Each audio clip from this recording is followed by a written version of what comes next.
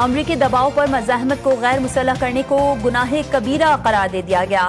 لبنانی وزیر خارجہ یوسف رازی عراقی نے کہا کہ حزب اللہ کو غیر مسلح کرنے کا فیصلہ حتمی اور عوامی امنگوں کا ترجمان ہے، اس سے کسی صورت پیچھے نہیں ہٹیں گے۔ ایرانی وزیر خارجہ عباس عراقچی نے کہا کہ حزب اللہ کو غیر مسلح کرنے کا منصوبہ غیر منطقی اور غیر حقیقت پسندانہ ہے، کامیابی نہیں ملے گی۔ زمینی راستے سے کربلا جانے پر پابندی، زائرین اربعین حسینی مارچ عارضی طور پر مؤخر۔ زائرین اربعین حسینی کا معاملہ قومی اسمبلی تک پہنچ گیا، پیپلز پارٹی نے معاملہ قومی اسمبلی میں اٹھا دیا۔ شازیہ مروی نے کہا حکومت نے زائرین پر پابندی لگا دی، 2 لاکھ زائر بائی روڈ جاتے ہیں۔ وزیر مملکت برائے داخلہ طلال چودھری بولے ایران اسرائیل جنگ کے بعد کچھ سیکیورٹی مسائل پیدا ہوئے ہیں، جس کے بعد پابندی لگائی گئی، مذاکرات کے سلسلے میں کراچی پہنچوں گا۔ جو کام 45 سالوں میں نہیں ہوا وہ ہم 13 اگست کو کرنے جا رہے ہیں۔ میئر کراچی بیرسٹر مرتضی وہاب کی کراچی میں میڈیا سے گفتگو، کہتے ہیں ہم نے حکومت سے کہا نئی کینال بنانے کے بعد پرانی کینال کی تعمیریں نو کریں گے، اگر ہم اسی کینال کو بناتے تو کراچی شہر کا پانی بند کرنا پڑتا۔ ہب ڈیم سے 8 کلومیٹر لمبی کینال نکلتی ہے، وہ کینال 0 پوائنٹ سے آ کر 2 حصوں میں تقسیم ہو جاتی ہے۔ 45 سال میں کبھی اس لائن کو ٹھیک کرنے کا کام نہیں کیا گیا۔